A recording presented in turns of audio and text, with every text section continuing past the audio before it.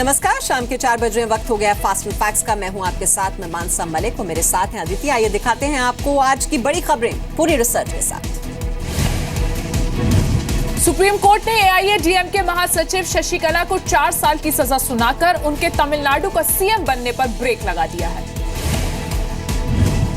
आय से अधिक संपत्ति के मामले में सुप्रीम कोर्ट के फैसले के साथ शशिकला 10 साल तक चुनाव भी नहीं लड़ सकेंगी। सुप्रीम कोर्ट ने 4 साल की सजा सुनाने के साथ शशिकला और बाकी 2 दोषियों, उनके रिश्तेदार इल्ला वारसी और भतीजे वीएन सुधाकरन पर 10-10 करोड़ का जुर्माना भी लगाया है। साथ ही तीनों को तुरंत सरेंडर करने का आदेश भी दिया। शशिकला को सजा होते ही पनीरसेल्वम समर्थकों ने जश्न शुरू कर दिया, लेकिन शशिकला ने सुप्रीम कोर्ट का फैसला आने से पहले ही पनीरसेल्वम को पार्टी की प्राथमिक सदस्यता से बर्खास्त कर दिया और पूर्व मंत्री पलनीस्वामी को एआईएडीएमके विधायक दल का नेता चुन लिया गया। पलनीस्वामी ने दावा किया कि वो सरकार बनाने जा रहे हैं। शशिकला और पनीरसेल्वम समर्थकों में टकराव के उद्देश्य से चेन्नई में सुरक्षा कड़ी कर दी गई है। जयललिता और शशिकला पर 1996 में 66 करोड़ रुपए की संपत्ति बनाने का केस दर्ज हुआ था। जांच में 810 हेक्टेयर जमीन, गोल्ड ज्वेलरी और सिल्क की हजारों साड़ियां बरामद हुई थी। कर्नाटक हाईकोर्ट ने सेशन कोर्ट का फैसला रोकते हुए जयललिता और शशिकला को बरी कर दिया था। शशिकला को 3 साल 6 महीने जेल में रहना होगा। 6 महीने की सजा वो पहले पूरी कर चुकी है। शशिकला ने अभी सरेंडर नहीं किया है। इस बीच विधायकों से मिलने गोल्ड बेयर रिसोर्ट जा रहे पनीरसेल्वम समर्थकों को पुलिस ने रोक दिया है।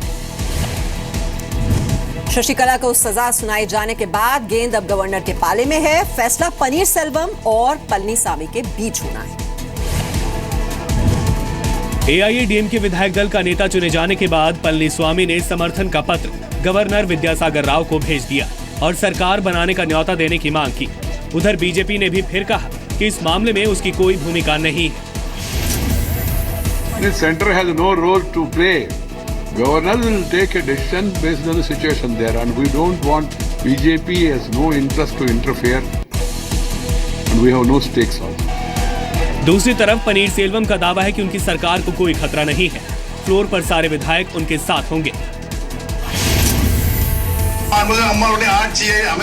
बिना किसी समर्थन के हमारी सरकार चलेगी। अम्मा का सुशासन का राज चलता रहेगा।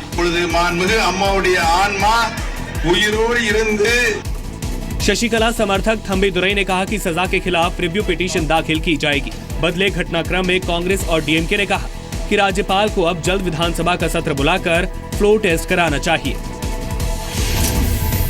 गवर्नर जिनकी भूमिका संदेह के घेरे में रही है, उनको फौरन विधानसभा का सत्र बुलाना चाहिए। तमिलनाडु विधानसभा में 233 सदस्य हैं। शशिकला ने 134 विधायकों के समर्थन का दावा किया था। शशिकला के पार्टी महासचिव चुने जाने पर ओ पनीरसेल्वम ने अपने पद से इस्तीफा दे दिया था।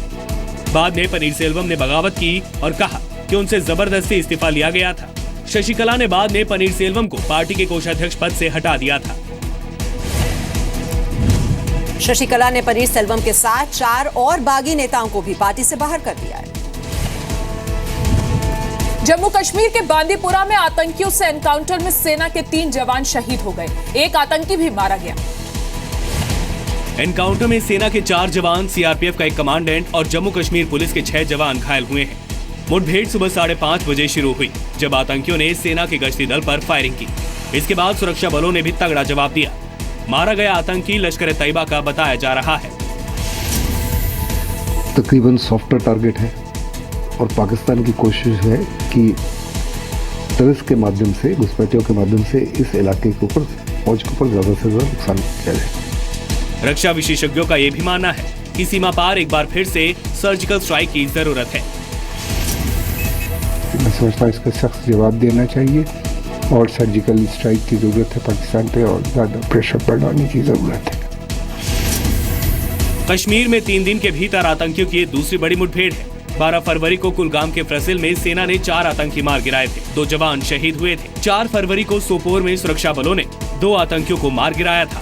16 जनवरी को अनंतनाग में सुरक्षा बलों ने 3 आतंकवादियों को मार गिराया। 21 दिसंबर 2016 तक जम्मू कश्मीर में आतंकवाद से जुड़ी 216 वारदातें हुई।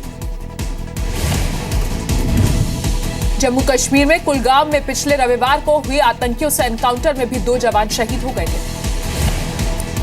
पाकिस्तान बॉर्डर पर एक बड़ी सुरंग का पता चला है। अंदेशा है कि इस सुरंग के रास्ते पाक आर्मी घुसपैठियों की एंट्री कराती। कई मीटर लंबी और चौड़ी ये सुरंग जम्मू में सांबा बॉर्डर पर रामगढ़ सेक्टर में मिली। गश्त पर निकले बीएसएफ जवानों ने सबसे पहले इसे देखा। सुरंग का एक छोर भारत की तरफ खुलता है तो दूसरा पाकिस्तान की ओर। सुरंग अंतर्राष्ट्रीय सीमा से लगी हुई है। बीएसएफ की टीम सुरंग की जांच कर रही है। इस इलाके में कुछ महीने पहले भी इसी तरह की सुरंग मिली थी। टनल का स्ट्रक्चर देखते हुए अनुमान है कि इसे ट्रेन्ड लोगों ने बनाया है। शक पाक आर्मी की इंजीनियर कोर की तरफ। यूपी विधानसभा चुनाव के दूसरे चरण के लिए सभी पार्टियों ने अपनी पूरी ताकत झोंक दी है। कल दूसरे चरण के लिए 11 जिलों की 67 विधानसभा सीटों पर मतदान होगा, जिसके लिए प्रशासन ने अपनी तैयारी पूरी कर ली है। उधर तीसरे चरण के लिए प्रचार के लिए फर्रुखाबाद पहुंचे सीएम अखिलेश यादव ने एक बार फिर पीएम पर निशाना साधा। जिन्होंने अच्छे दिन के वादे दिखाए, बड़ा सपना दिखाया, बोलो सबको लाइन में लगा दिया कि नहीं लगा दिया? और लाइन में लग करके अपना ईमानदारी का पैसा कमाया हुआ। खबर में बीएसपी अध्यक्ष मायावती ने साफ किया कि बीएसपी किसी भी पार्टी से गठबंधन नहीं करेगी। बीएसपी को एब्सोल्यूट मेजॉरिटी मिलने वाली है।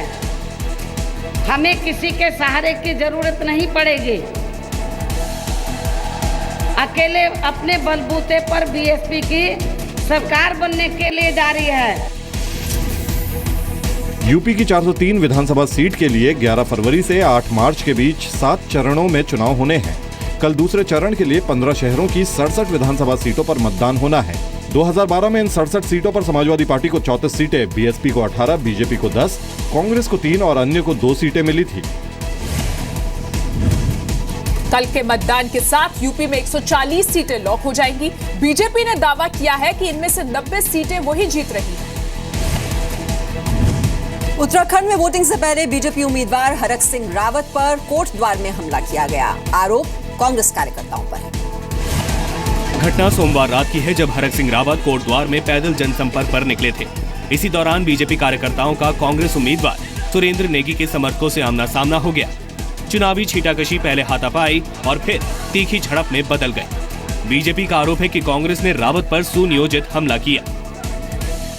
पुलिस दोनों पक्षों को थाने ले गई, लेकिन वहां भी जमकर हंगामा हुआ, जिसके बाद पुलिस को लाठीचार्ज करना पड़ा।